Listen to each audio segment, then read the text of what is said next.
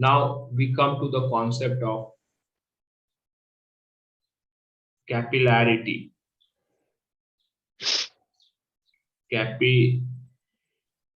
Capillarity and capillary tube.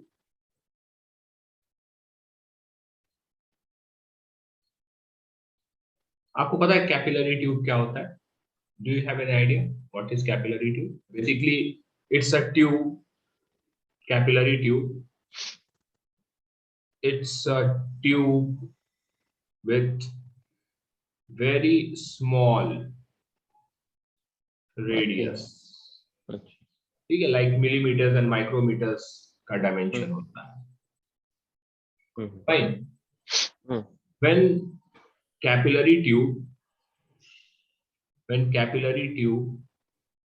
is immersed in a liquid partially, the liquid surface inside the capillary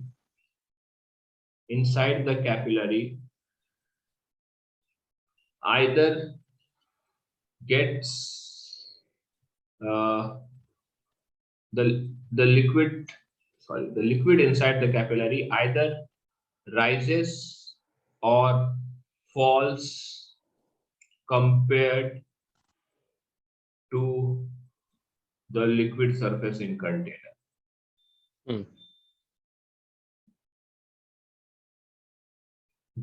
This is called as capillarity. Capillary action or capillarity. So समझिए अब इसका मतलब क्या होता है, जो what I'm trying to say, कि यदि एक लिक्विड है एक कंटेनर में, fine, and if you put a capillary tube in it like this, तो लिक्विड सरफेस यहाँ पे इस तरह से, और इसके अंदर जो लिक्विड सरफेस होगा ये राइज हो जाएगा, there will be some height edge. और ऐसा भी हो सकता है कि ये है, ठीक है, and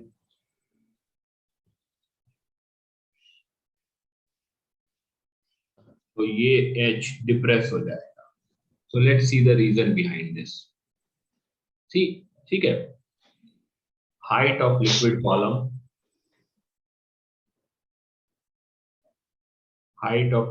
column inside capillary tube जब एडहेसिव फोर्स ग्रेटर है कोहेसिव से. पहले वो मैं एक्सप्लेन कर रहा हूं. सो देखिए गुराशीष, सपोज हमारे पास ये सरफेस है, ये कैपिलरी ट्यूब है, यहाँ पे ये इस तरह से फॉर्म हो गया, इसे हम कहते हैं meniscus. That is surface of liquid inside tube is called as meniscus.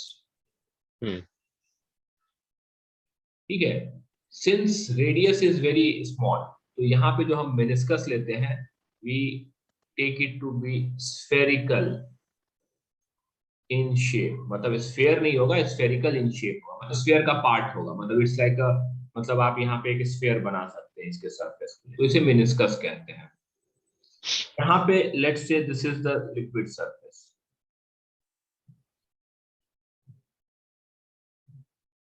ठीक है, तो मेनिस्कस का जो लोअर पॉइंट होता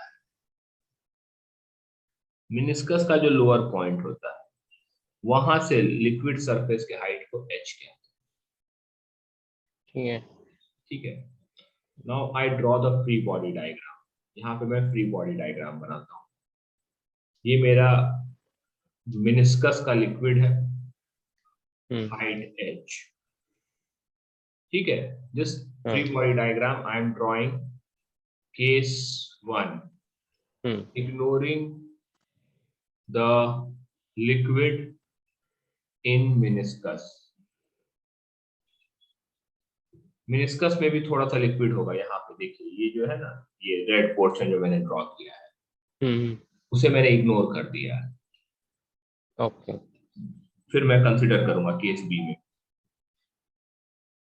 फाइन।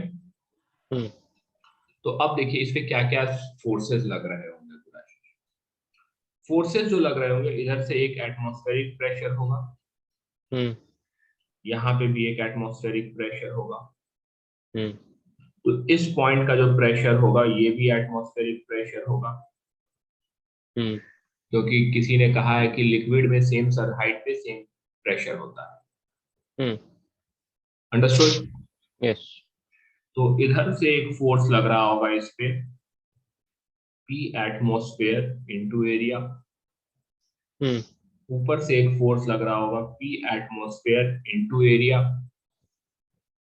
तो ये इसका मास mg नीचे की तरफ, तो मैं इसे लिख सकता हूं कि इसका मास जो हो जाएगा, this is area into height h into rho into g।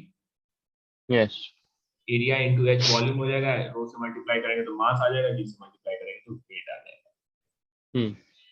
अब देखिए यहाँ पे गुराशीष, तीन फोर्सेस मैंने अभी तक ड्रॉ किया है। पी एटमॉस्फेयर कैंसिल आउट हो गया, ए एच रो जी जो है वो नीचे की तरफ लग रहा है। So there must be a fourth force, so there will be a fourth force in the upward direction. दो फोर्स होंगे, वो सरफेस टेंशन के कारण force. So basically I can say that force due to surface tension, force due to surface tension is equal to weight of liquid column.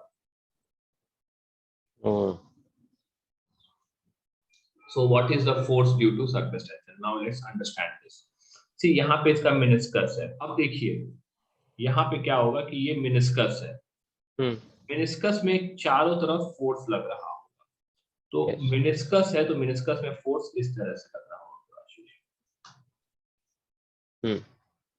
ठीक है, चारों तरफ इस तरह से इसका ये सरफेस होगा, चारों तरफ ये कांटेक्ट में होगा, से चारों तरफ फोर्स लग रहा होगा। सो दिस फोर्स Fs, यदि मैं चारों तरफ के फोर्स को वो कर दूं तो Fs का जो एक्चुअल वैल्यू आएगा वो आएगा 2 पाई, रेडियस मान लेता हूं मैं r है कैपिलरी ट्यूब का, स्मॉल r, तो ये हो जाएगा 2 pi r into s।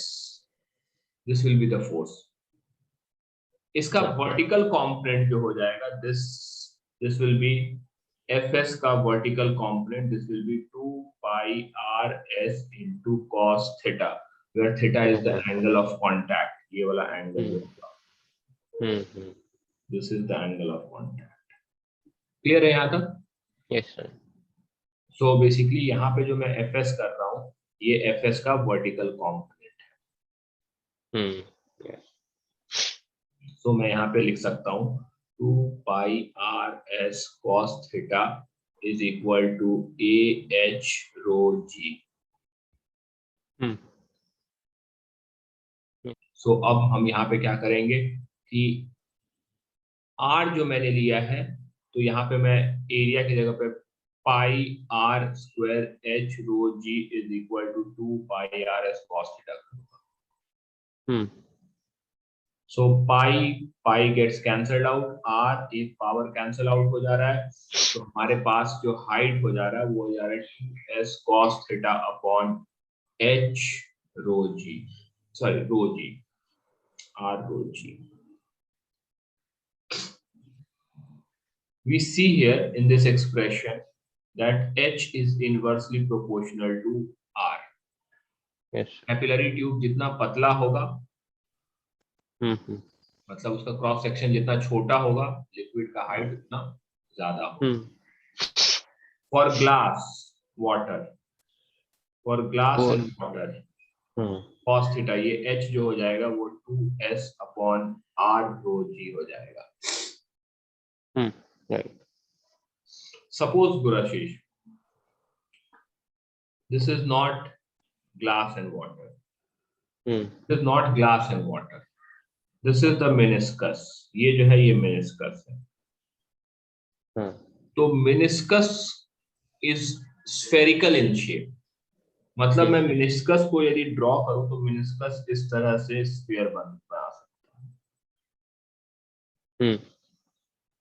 Understood? Yes. तो मैं डॉटेड लाइन बना देता हूं इधर बाहर में। तो इस मेनिस्कस का कुछ रेडियस होगा r, radius of meniscus small r, radius of tube, ठीक है, यहां से ये जो रेडियस है स्मॉल r, और यहाँ पे ये जो एंगल है this angle is angle of contact theta. तो मैं कह सकता हूँ ये वाला भी एंगल थीटा हो जाएगा। So I can say that r is equal to r cos theta. Glass water r is equal to r, मतलब ट्यूब के अंदर जो ये मेनिस्कस होगा ये कुछ इस तरह से होगा, टेंजेंट है। आपको इसको कंप्लीट कीजिएगा तो ये अंदर पूरा स्फीयर अंदर आ जाएगा, ठीक है। तो अब इस फॉर्मूला में देखिए 2s cos theta by r rho g, तो इस फॉर्मूला को मैं इस तरह से भी लिख सकता हूं कि h is equal to 2s cos theta upon r rho g। तो h is 2s upon r by cos theta rho g, तो h को मैं लिख सकता हूं 2s upon r rho g, ठीक है। This is radius of meniscus. तो एग्जाम में आपको थोड़ा केयरफुल रहना है, क्या दिया हुआ है, रेडियस ऑफ ट्यूब दिया हुआ है या रेडियस ऑफ मेनिस्कस दिया हुआ है। बिकॉज एग्जाम में लिख देगा कि the height of liquid column is 2s by r rho g if angle of contact is theta, तो आप बोलेंगे अरे ये तो ग्लास के केस में होता है और आप उसे गलत मार्क करके आ जाएंगे, बट वो रेडियस ऑफ मेनिस्कस वहां पे दे रखे हैं rather than radius of tube.